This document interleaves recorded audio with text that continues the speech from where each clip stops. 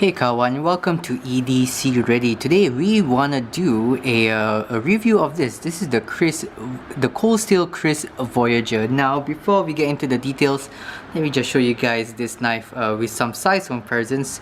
Here it is folded with the Para 3 lightweight opened up. Here it is with a Rat 2 in D2 steel, and then here it is with a ZT0450 CF. So as you can see, this is not a small knife at all. Here it is with a Kershaw mini copper matrix. And then the size of this knife, it just when you open it up, that's the entire size of the knife. So you can see here, this is an extremely large knife by anyone's standards, and especially by mine.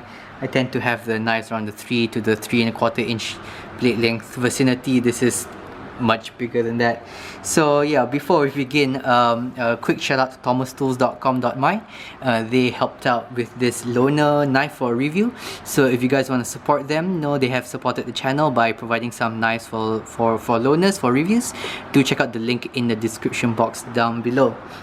So yeah, let's just go into the specs of it. I assume I'm not gonna bother measuring it very much because I don't think my calipers have the total amount of length. Comes in at, well, on paper it says that it comes in at about 5½ inches. I'm getting 3.2 on my calipers right there. We have oh, by the way, all the information is on this box right here. We have a blade thickness of, it says here 4mm, which is about right. It's about 0.15, 4.1 ish for, yeah, we're gonna call it around 4.1mm. A little bit of variance there. In terms of weight, on paper it comes in at, where's my weighing scale? On paper it comes in at 7.4 ounces, and if you measure it on the scale right here, we have it in grams, unfortunately.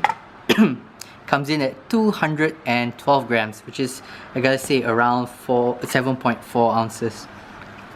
So without further ado, let's get into this review. And by the way, where do I start with this knife? Let's talk about the blade. The blade is made out of a AUS 10A.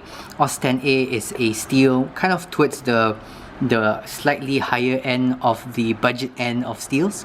AUS 10A definitely better than AUS 8. You can expect it to have the same performance of around about VG10. It's kind of the same standard as 440C.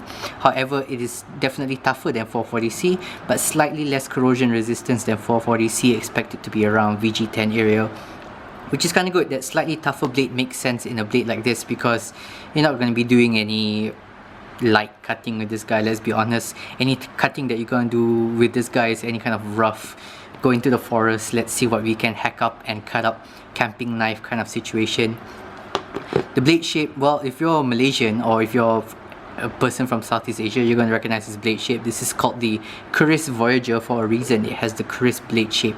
So the Kris is kind of like a serpentine, wavy kind of blade design, popular in Malaysia, Indonesia, Borneo, the island of Borneo, the Philippines as well. This is a very common blade design that's used in the region in self-defense weapons, and then they have it here. However, a real Kris would be a dagger-like, meaning that it will be sharp on both sides. In this case, because it's a folding knife, it's only sharp on one side. One thing that I do like about it is that it has this kind of a hawk bill kind of tip right here. So if you're going to do any kind of pull cuts, this little tip right here that bends downward is going to be very helpful. You can just pierce it into a box that you get from Amazon or whatever, or from Thomas Tools, and then just do any kind of pull cuts. That's pretty much it. Couple of problems I have this is that it's not really sharp all the way to the end. It is you definitely get some blunt, unsharpened edges here. I do not know why they couldn't just sharpen it all the way to the edge. I don't know. Blade shape, it's not very practical blade shape, let's be honest. This kind of blade shape is great for if you're cutting through fibrous materials. Let's say if you're cutting through rope, this will be kind of good. If you're like carving through, I don't know, meat, like, I don't know, deer or beef or whatever, this is going to be a great knife for it. And at the end of the day, the Kris is very much a blade shape designed for self-defense. So I'm not saying you should use a folding knife for self-defense. I think folding knives don't do very well in a self-defense situation, but definitely it's designed to do any kind of cutting or tearing, more of tearing kind of blade usages. Kind of like if you take a serrated blade and then you zoom in, you kind of get it. You kind of get the waves of a serration blade, although not as pointy. So this is going to be very much designed for any kind of like sawing motion that you're going to do. That is what this blade is going to be for. It's going to be pretty good.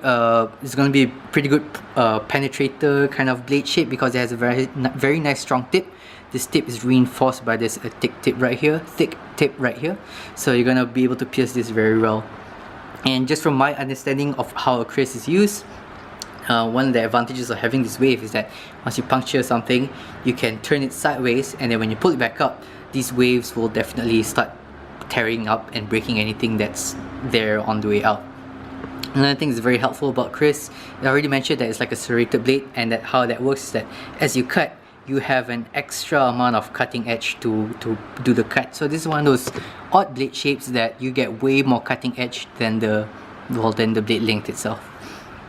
Alright, moving back to the thumb studs. Thumb studs here actually well positioned. It's not in the cutting path at all, which, by the way, having a blade this long, then you're going to have very few thumb studs that are going to be in the cutting path, so that's pretty nice and good. In terms of the usability of the thumb studs, they're actually nice and rounded, so you are going to be able to use this comfortably. There you go. Not an easy knife to flick out, but it can be done with enough wrist. Let me try that one more time and avoid hitting the tripod. Oh, I can't do it, not under a camera.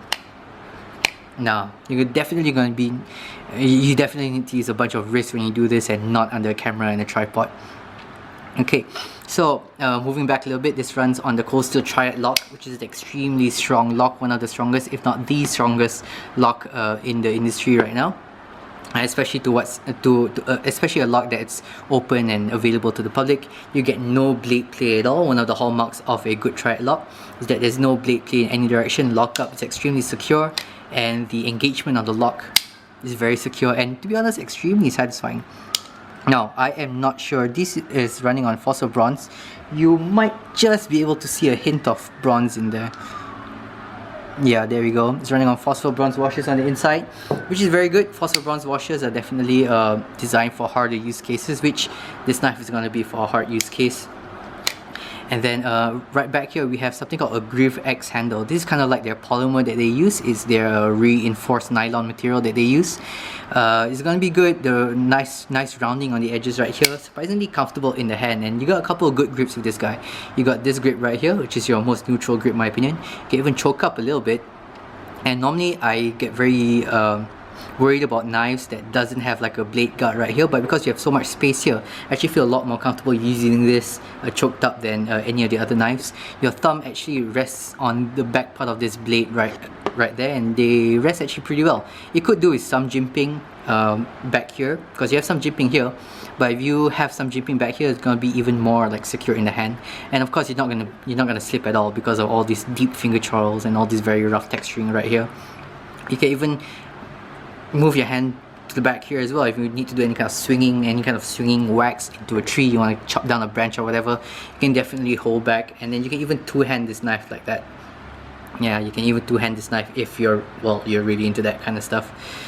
Now, one thing I have to complain about is you get good texturing here, but the pocket clip is right on that texturing, and this pocket clip is an extremely tight pocket clip. I'm not even sure if you can push this into your pants because the pocket clip is extremely tight. I can't even get it to flex upwards. So definitely once it gets into your pocket, it's going to stay in your pocket really well. However, it's going to eat up your pocket on the way there. And then definitely this is not going to be a deep carry pocket clip, which kind of makes sense because I don't know if anyone has in pockets deep enough to carry this deep carry. And one thing I didn't know about Cold Steels that use these kind of pocket clips is that they give you the other side. So do not just get one pocket clip, you get two pocket clips, which is kind of something I've never seen before. But I guess you kind of have to do it because of the shape of the pocket clip. Once you put this over to the other side, then the pocket clip is going to bend in that direction, and it's just not going to work for you. By the way, I forgot to talk about the dimensions of this knife right here. Sorry, the length, we're coming in at 5.5 inches like I already mentioned, and then the handle here is, let me see if I have it here. Oh, it's not mentioned. Yeah, the handle is 6 3/4 of an inch with a handle thickness of That's in millimeters, 0.66 inches. So definitely not a thin knife, not a light knife in the pocket, but my god, is this a good like novelty knife. So a couple of good things going for it. Is definitely unique as a folding knife. I've never seen a folding Kris before. This is my first time seeing it, and you're definitely gonna have one of the strongest locks out there. So if you're gonna use this for any kind of hacking or whacking, camping or whatever, survival or whatever, this is gonna be a very strong lock for you. Ergonomically, it works really well. You have many different comfortable grip positions that you can use here. But at the end of the day, this is just not going to be a very useful day-to-day, everyday carry kind of pocket tool, unless you're the kind of person that really needs this as an everyday carry. I hope I never meet you if you're the kind of person that needs this for an everyday carry, but I'm sure you're a nice guy. Okay guys, that is my review of the Kohlseal Voyager XL, Kohlseal Kris Voyager XL. And guys, thank you very much. Do check out the description down below. That is where you will get the link to thomastools.com.my, which helps me which helps the channel by sending me knives to do reviews. Okay guys, thanks, and as always, stay ready.